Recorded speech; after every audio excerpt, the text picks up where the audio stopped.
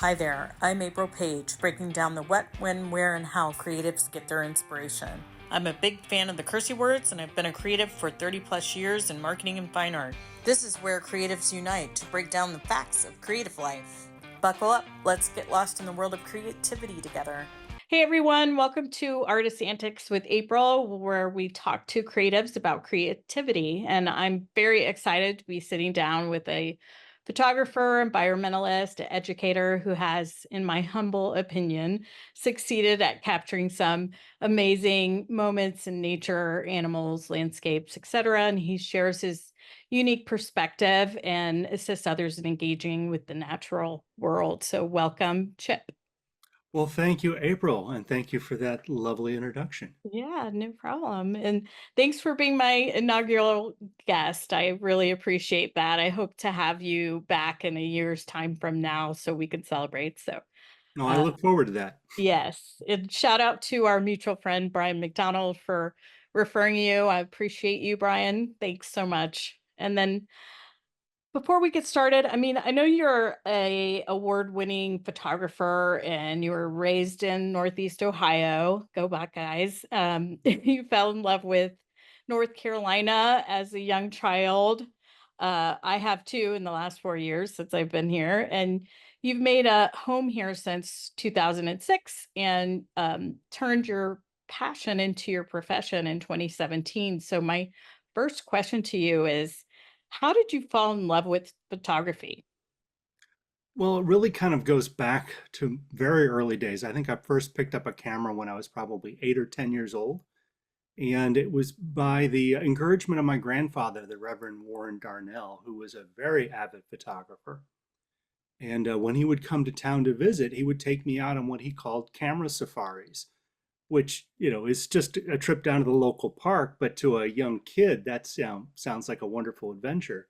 And it was simply to go look and see what our eye caught. So I really credit him with being the one that sort of got the shutter bug in me, if you will. And then throughout my life, it's been a hobby on and off, and but never terribly serious until probably somewhere around 2012 or so. Amazing. I love a story about family and them, turning the children on to things that they love in order to possibly inspire them or pass that along. That's really great. That happened to me in my own family as an artist. And that was one of the reasons I have my passion as well. So it's a reminder to everybody to make sure you're exposing children to what you're doing and show them how exciting it can be. So thank you for that. So why did you choose nature as your subject? Well, I have been a nature lover, if you will, from the get-go. I spent my youth involved at a place called the Shaker Lakes Nature Center. For anybody from northeastern Ohio, you'll recognize that name. It was one of the early environmental education centers, is what we'd call it today. It's still going strong. It was on their junior staff and was just curious about the natural world. And like a lot of kids growing up in the 60s and 70s, I spent a lot of time outside, and I would build forts out in the woods with friends. And that just sort of led to the sort of natural curiosity of what's in the stream, what's underneath that log. And then went on to college to major in environmental biology, and uh, got distracted by the shiny blinky lights of computers and ended up double majoring in biology and computer science. But Wow. the love of the natural world has just been a part of my life. That's where I feel most, I don't know, connected and at peace. Yeah, no, that's beautiful. And you managed to merge that in with technology, in some ways, I think. That's really what your passion is. So, um, on your site, I saw many of your pieces, but one of them was Morning Has Broken, which is Mm. the yellow sky with like a bluish gray ocean. And Warrior Woman was one of my favorites, the tree that is in black and white that looks like, it is, on its last leg, but it's still standing. So I just loved both of those pieces. And I'm just curious as to, how do you choose a location or capture a moment? And maybe those are two separate questions, but yeah, I just wanted to hear like, how do you find these places? So it comes in a couple of different fashions. Sometimes it can be a very deliberate search process.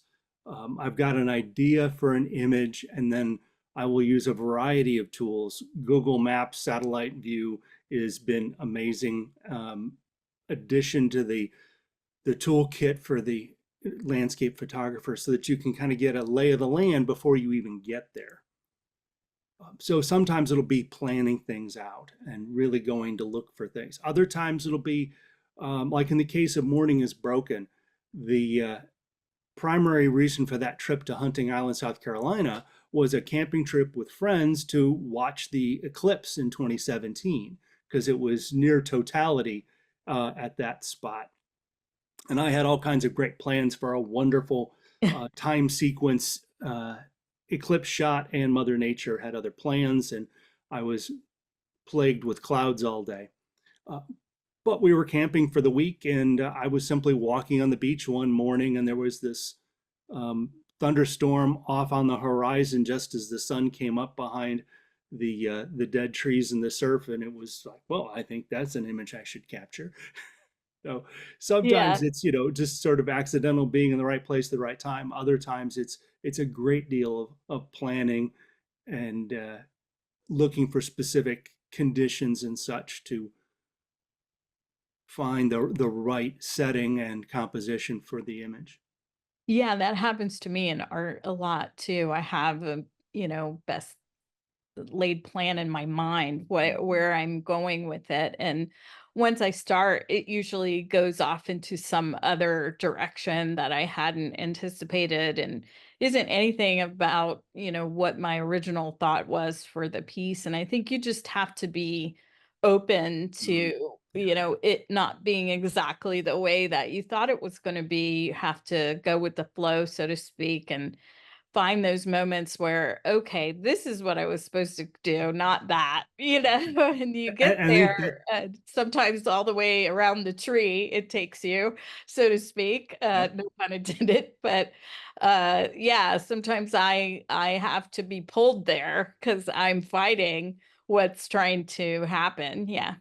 No, I think that's so true in art is to be open to the moment, and it's especially true in landscape photography.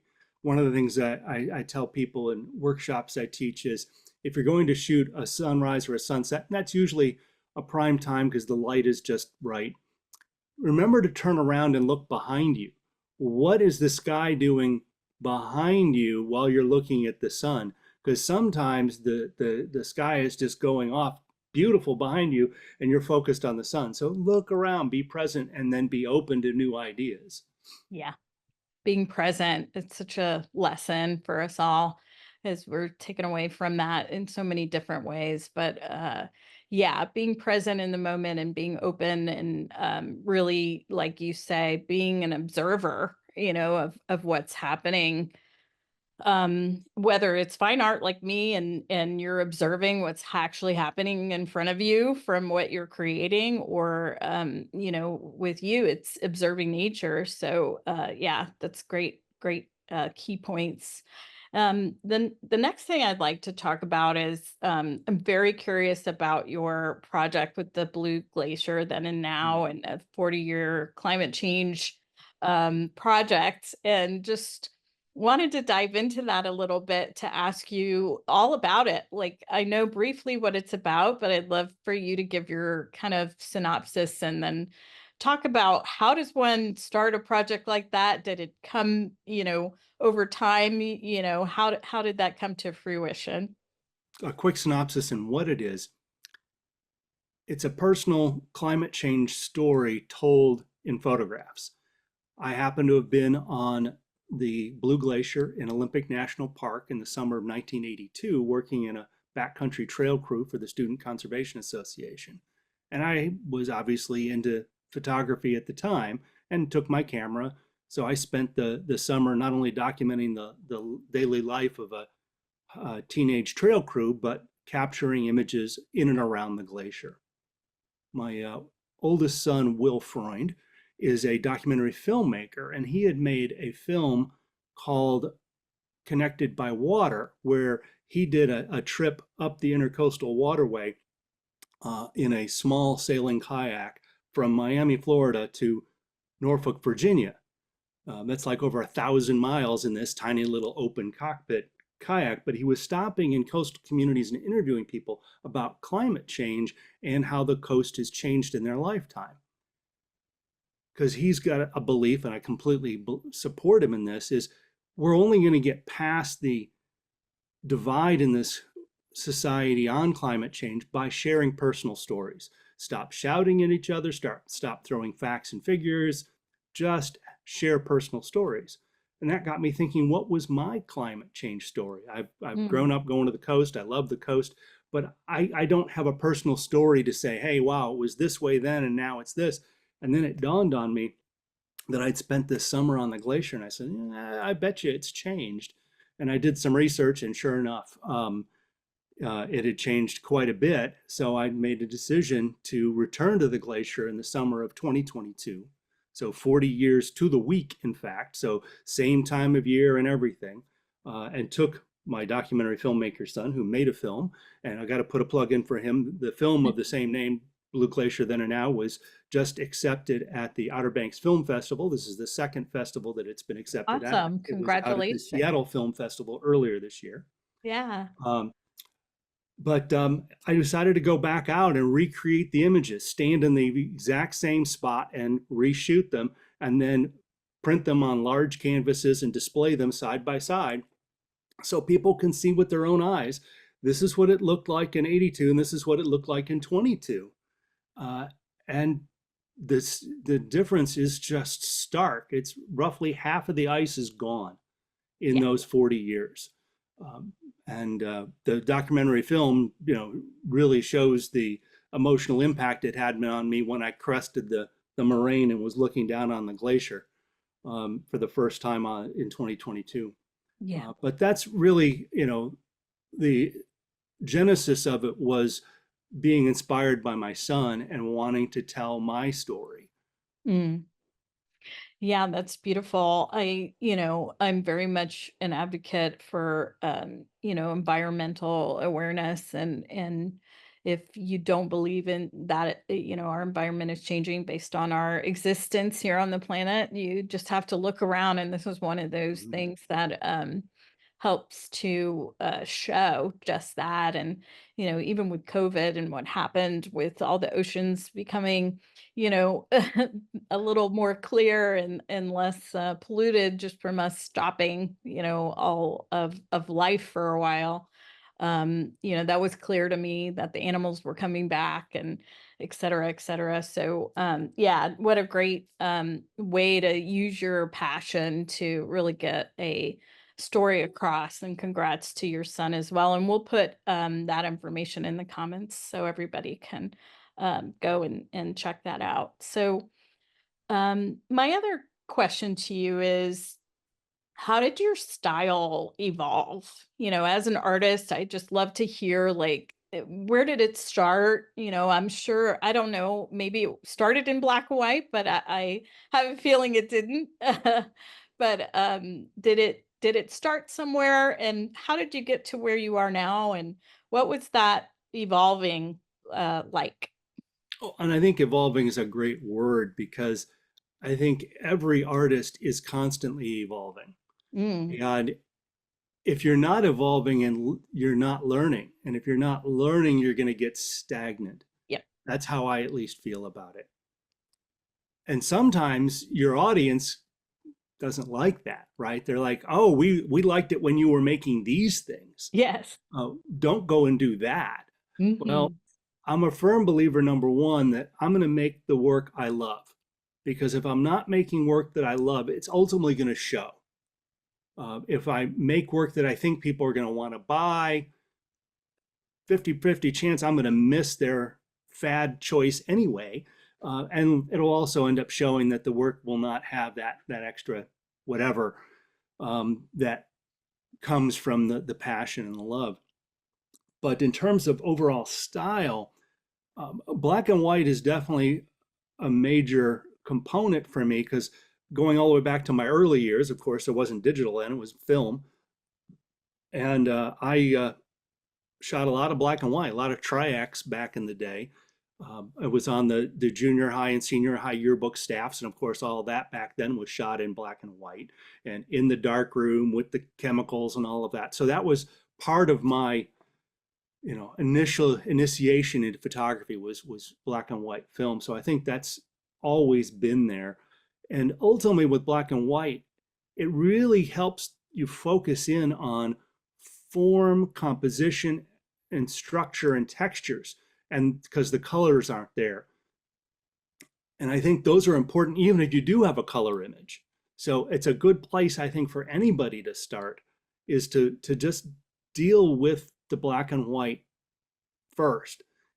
It's not a natural thing because, of course, digital, it's full color. You have to choose to take the Yep. color out and convert it to black and white.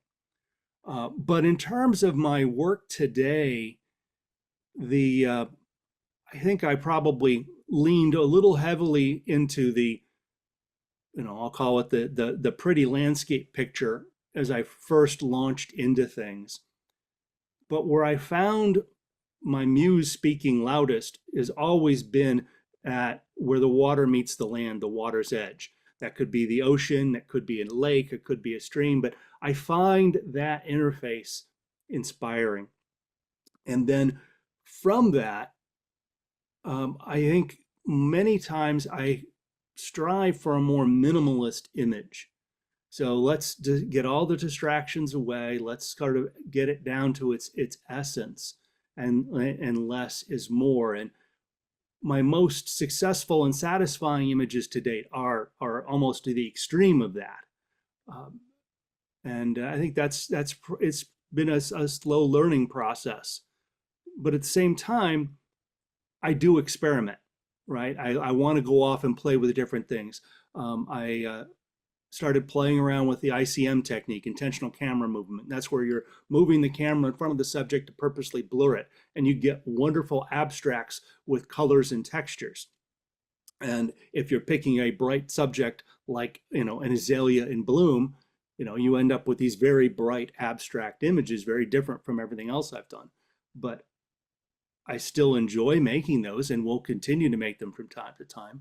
Most recently, I've begun to experiment with infrared photography. So I think, it's going to continue to be an evolution, but in general, my style has become more and more minimalist and more often than not, black and white or highly desaturated. Yeah, that's great. I can relate to that very much because when I was first in art, I started doing underpaintings first, which is kind of monochromatic, where you take out all the other elements to really get down to, the perspective and the structure. And is very helpful so that you're not thinking about too many things all at one time.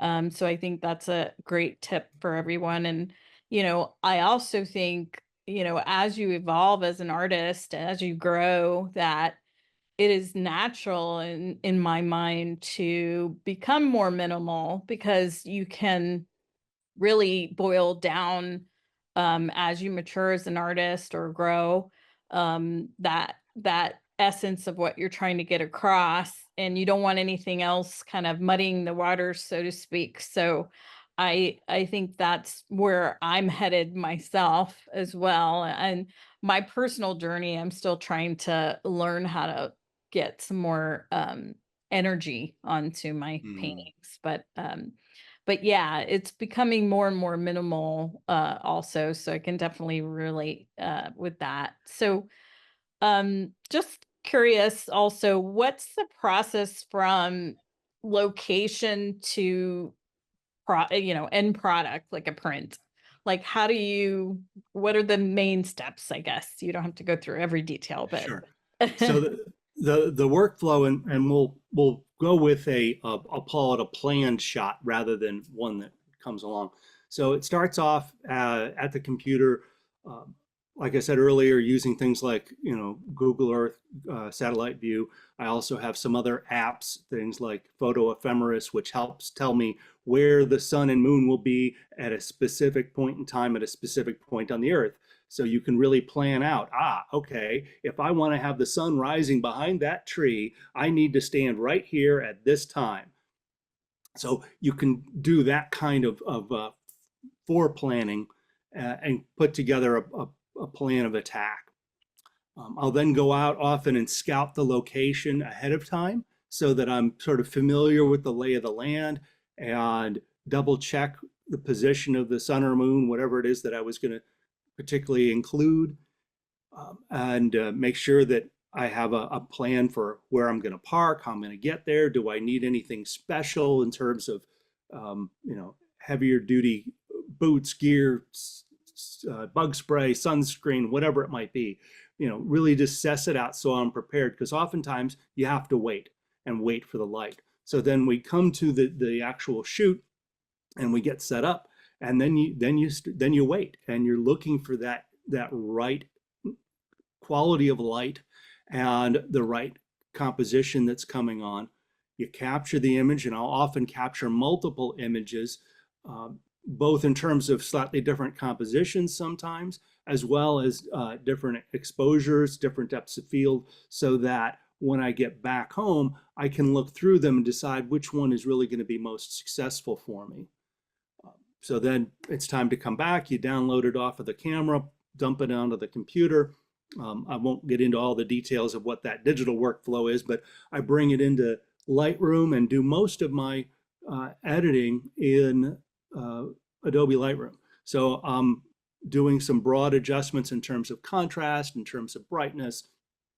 Then I'll do some spot adjustments, and very similar, frankly, in some ways to what I used to do back in the old wet darkroom days of dodging and burning. I wanted a little lighter here, a little darker there. Yep. So you can get in and do all of that on the computer today. And then from there, I'll usually let it sit for a while and then come back to it some days later and revisit it. Do I want to make any changes? And then ultimately, when I think I've got it right where I want it, I'll then do a test print and then say, okay, yep, it's working the way I want it, and create my final print files for the various sizes that I'll produce prints in, from large canvases down to small matted prints. Awesome. Thank you for that. I think, preparation and patience are two keys that I got from that for any kind of natural, photography. And, you bring up a good point about living with it for a minute before you make the final. It's funny because I do that myself. I live with my paintings in my living room and look at them for, several weeks sometimes, just Mhm. to make sure that I still like it Yeah. after that time. And there's nothing that I would change. If there's nothing major that I would change, then I know it's good to go. So another good tip for everyone. So my next question is, what's your favorite photography moment or story that you have about anything that's happened so far, whether it's funny, inspirational, what have you? What's your favorite story?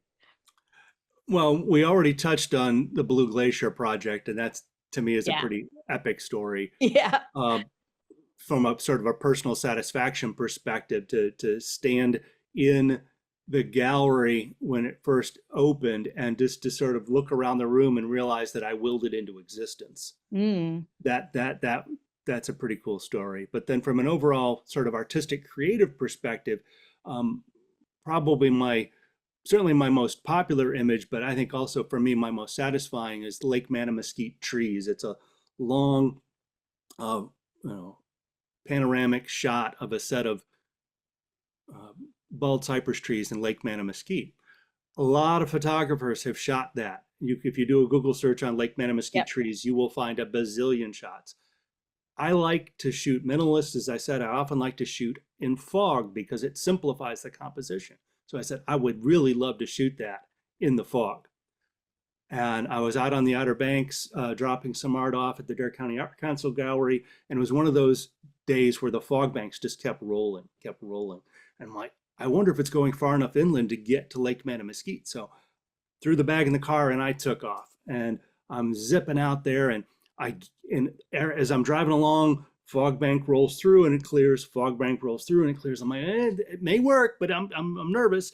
Driving down, get in there because I'd been there before. I knew exactly what I was going to do, and I pull up and the conditions are good. So get out, go out onto the end of the boardwalk where you can look out at these trees, set the camera up, did one quick shot to I call it the safe shot just to make sure I got something, and then went through the very detailed process that I had planned out of how I wanted to capture it, which was a multi-shot pano. So you use a telephoto lens, and I took 8 individual images, having leveled the tripod and everything, and then they get stitched together in post to create a very high resolution large image.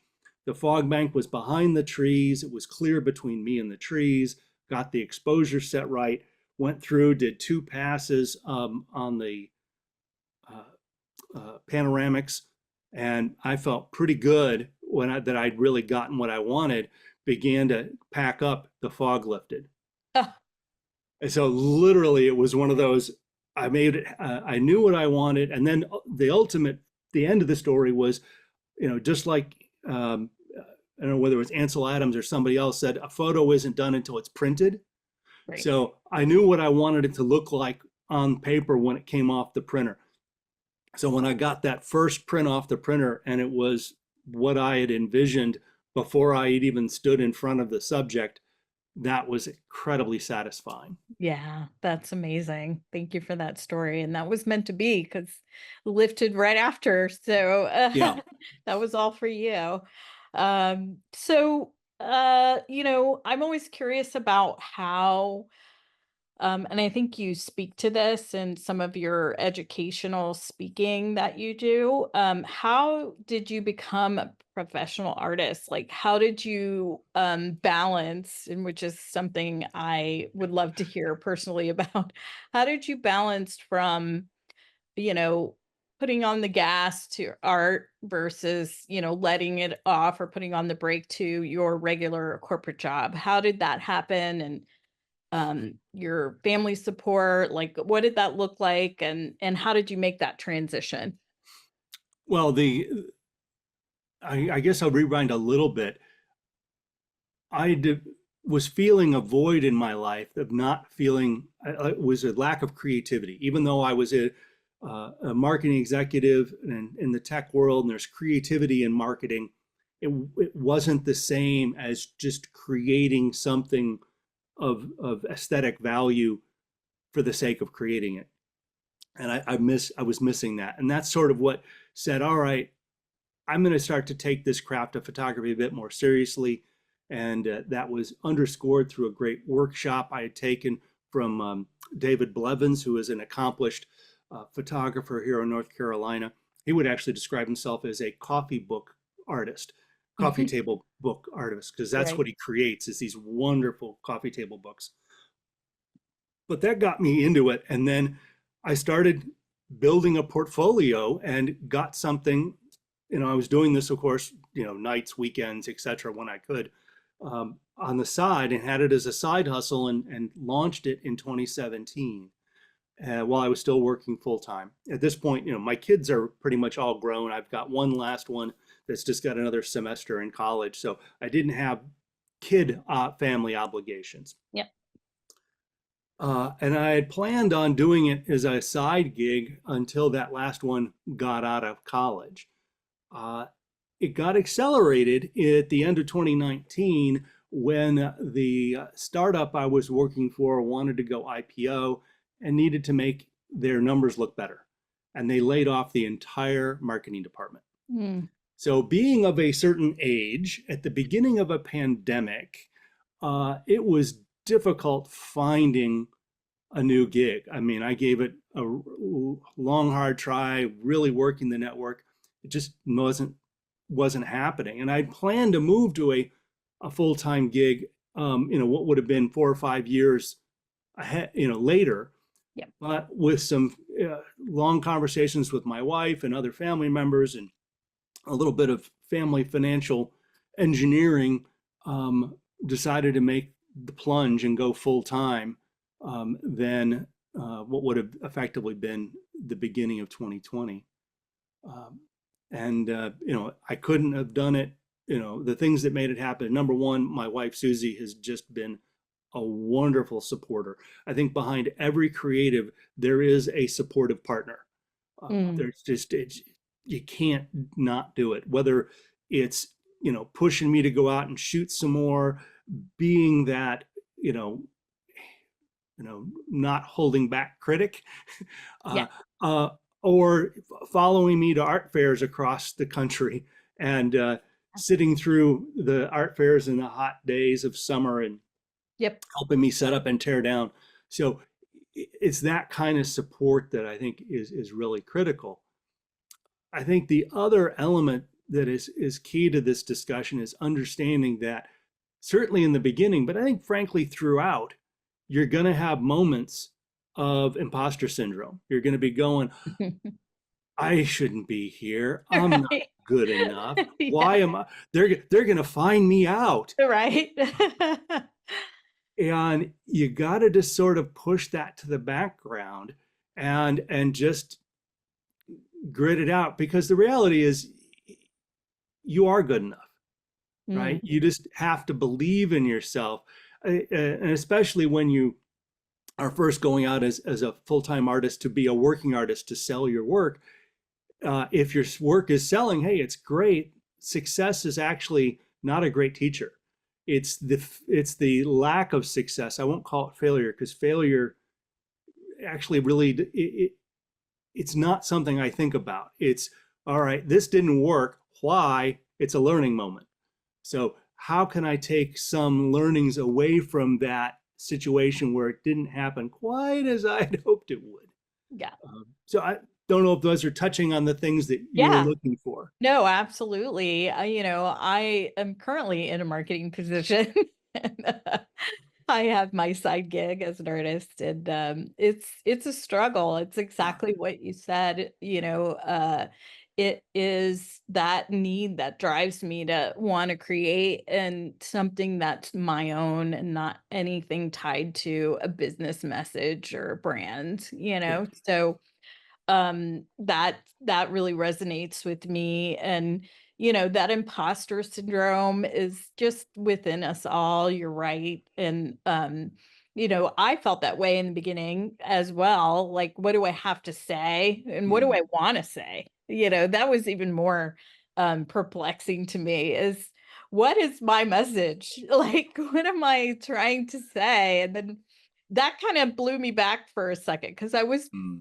um, creating these pieces that I thought everyone wanted, so to speak, Mm. instead of mm, what was really coming out of me as a person. And I think, to that imposter syndrome thinking, everybody has what I feel is perspective to bring to this world. And Mhm. there's room for everyone, and Yeah. that everyone has ideas and vision and a different way of looking at things or creating things that is never going to be similar to anyone else. I mean, I could sit next to 12 other artists and paint the same thing, and it will not absolutely come out the same, any of them. So even if we're instructed to paint from the same reference or whatever. So it's um really great to bring that up, because I really feel like, a lot of people don't push forward in their passion because they think, who am I? What am I doing? Why would anybody want to buy it? Why would anybody want to even see it?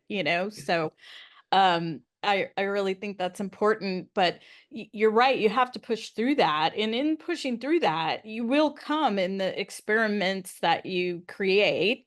You copy at first, I think, or at least that's been my experience. Hmm. Copy or copy a style of someone that you like or appreciate, and kind of pull all of those things in to make it your own. So I take from many different, artist styles, and I do experiments, I create, and it helps to evolve Mm. my style as well. And just like we were saying before, you have to keep growing as an artist. If you're stagnant and painting the same, abstract swirls every day, then and I'm making a dig on myself in that comment.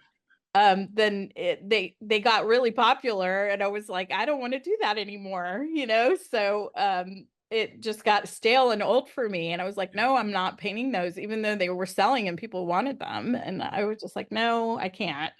Like some part of me, like some part of my integrity, I guess, was like, I can't just keep doing that for the money of it all. But yeah, so those are my thoughts about what you said. I think that's great. And two more questions. One last second to the last one. The amateur photographer is trying to live their passion. What's your advice about, and I think we've covered a lot of that already in some of what we've said, but I guess maybe if you were to pick a couple of things to give them as your takeaways from today, what would you say to them as amateurs and trying to build their passion? Well, first, I want to talk a little bit about a definition here. The only difference between amateur and professional is somebody is paying the professional. It Yeah. is not, I repeat, not a gauge of quality. There Mm. are professional photographers, professional artists who, in my opinion, and that's the other thing about art is it's all about opinion, are producing crap. you know, Yeah. and there are amateurs, people who are not selling their work, but have really developed an incredible craft that are producing wonderful work. So Yeah. let's understand that piece first. Yeah. Um, Second is if you're looking to move from doing it just for yourself to sharing it with the world, um, number one, build a portfolio of whatever your medium is. Because when you go out and you try to start selling it at an art fair or at a gallery, they want to see a body of work. Yep. And we're not talking three, four, five, six. We're talking, a couple of dozen Yep.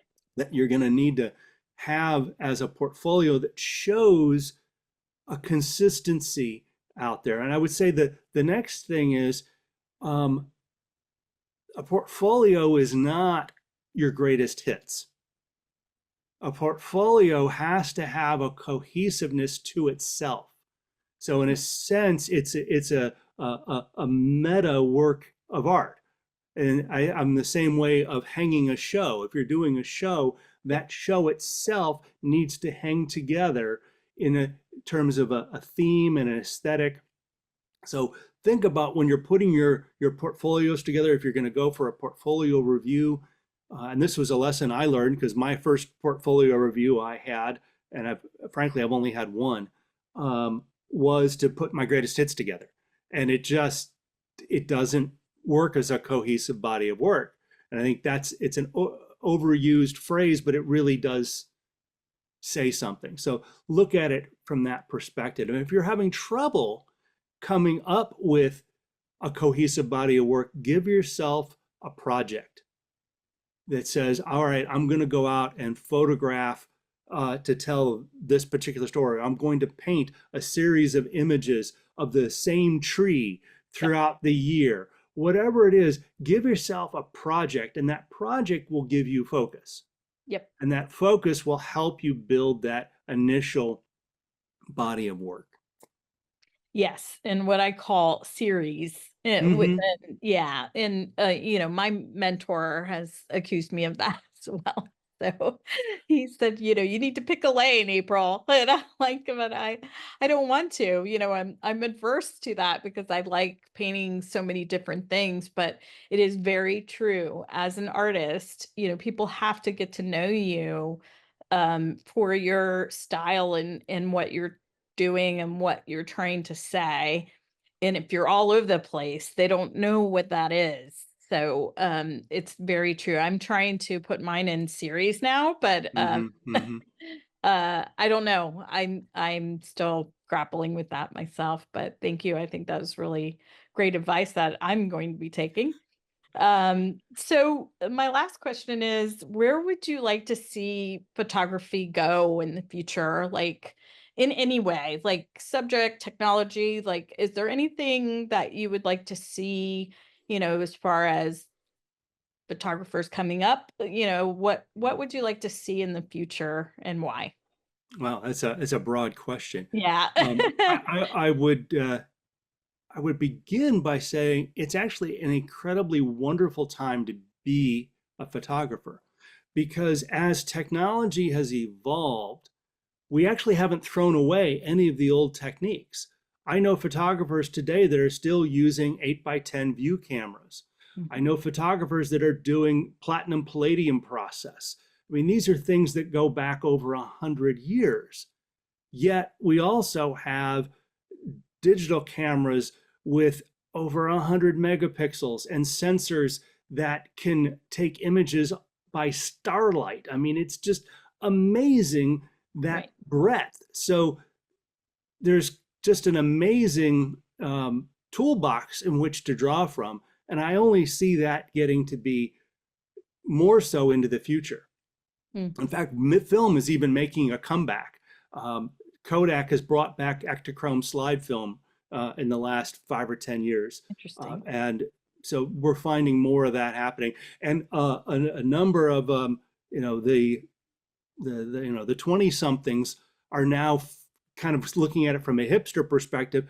And in fact, there was a new film camera created recently. I want to say it was either I think it was Pentax, actually created a film camera, a new, brand new model. So, I mean, there's some energy still coming in. So I hope that continues. I can't talk about the future of photography without touching on, the 900-pound, two-letter gorilla in the room, AI. Yeah. And what is that doing? I know artists, both photographers and other 2D artists who are seeing it as the death knell that, oh my God, art is going to be done. People are simply going to go give a prompt and poof, they're going to have something and it's going to kill us as artists. I don't believe that. I don't either. Um, they said in the photography realm, which is obviously what I can speak most to, those exact same phrases were used when the digital camera came out. And it was, oh, it's going to kill it all. And then we all had, one of these things in our pockets. Oh, everybody has got a camera with them now. It's not happened, right? No. I don't think it's going to happen. The human element Mm, brings something that I don't think AI, at least now and maybe not in my lifetime, can bring to the creation of something. The AI by its definition is derivative rather than synthesizing, right? It's taking things that are already there and creating something from that rather than creating something net new. yeah. So I think that's the take there. And I think there is still a place for AI in the creative process. Whether people know it or not, they're using AI technology on a daily basis. When you're using your iPhone or your Android and you go into portrait mode where it blurs the background, AI is being used to determine what's the subject and therefore what am I going to blur. I want to erase that thing out of the picture, be it your X or a signpost that you didn't think Yep. belonged in that thing. AI is helping make that happen. I think there are great places for that. As a landscape photographer, um, I've used uh, I'm trying now. I keep thinking generative fill. It was before generative fill on Photoshop, but basically where you can go in and circle something and say replace. Yeah. And when I do that, I'm not replacing it in putting in things. It's to take things out. Yep. oh, there's a power line stretching across the Right. scene. And if I was standing here, 50 years ago, 100 years ago, that power line wouldn't have been there. So if everything else in the scene, it would have still been there, fine, I'm going to take out the power line, or I'm going to take out that stop sign. Now, first, I'll always try to do it in the field and move myself to sort of recompose. But if I can't, yeah, I'll take it out and I'll use the AI tools to help me make that as clean as possible. Yep. So for me, it's a great tool for removing distraction. I don't choose to use it as an additive function. I Yeah. think if anybody does use it to add things, as long as it's got the disclaimer on it that this was Created. enhanced or created with AI, I'm fine with it being out in the world, Yeah. but just make sure it's tagged. Yeah. And you make a great point. I use it,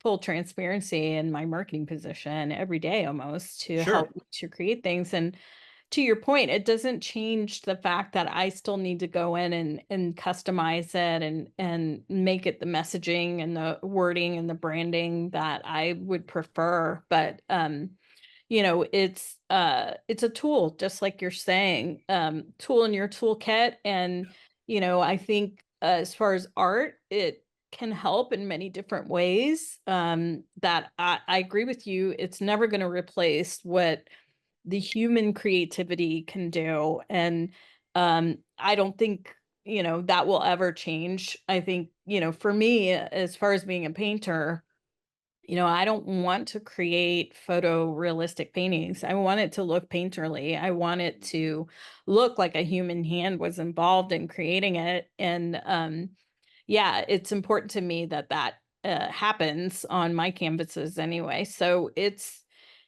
interesting. I'm curious to see where it all goes myself, but Yeah. I use it regularly as a tool, and I think that's what it should be for. So I agree with you there. So thank you so much for taking the time to be with me today. I think this was a phenomenal conversation. I really appreciate it. You can find Chip on his website, chipfreund.com. Do I have that right? That's correct. CHIPFREUND photo.com. And you have printing services. You can talk to him about local speaking, correct? Not Mhm. just and then the courses that you have on there as well. And I think you have local prints in the Cary Gallery of Arts in Cary, North Carolina, that people can go and look at, as well as your website. So thank you so much. I really, really appreciate you being here, and really enjoyed our conversation. Thank you. Oh, likewise, April. Thank you for the opportunity and best of luck in this endeavor with the podcast. I think Yeah. this is it's a wonderful service that you provide to the artistic community here.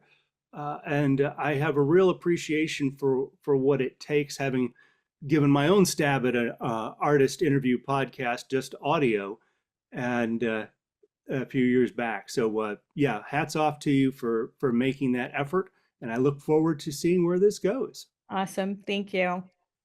If you haven't already, please like and subscribe. Feel free to nominate yourself or someone you know as our next guest.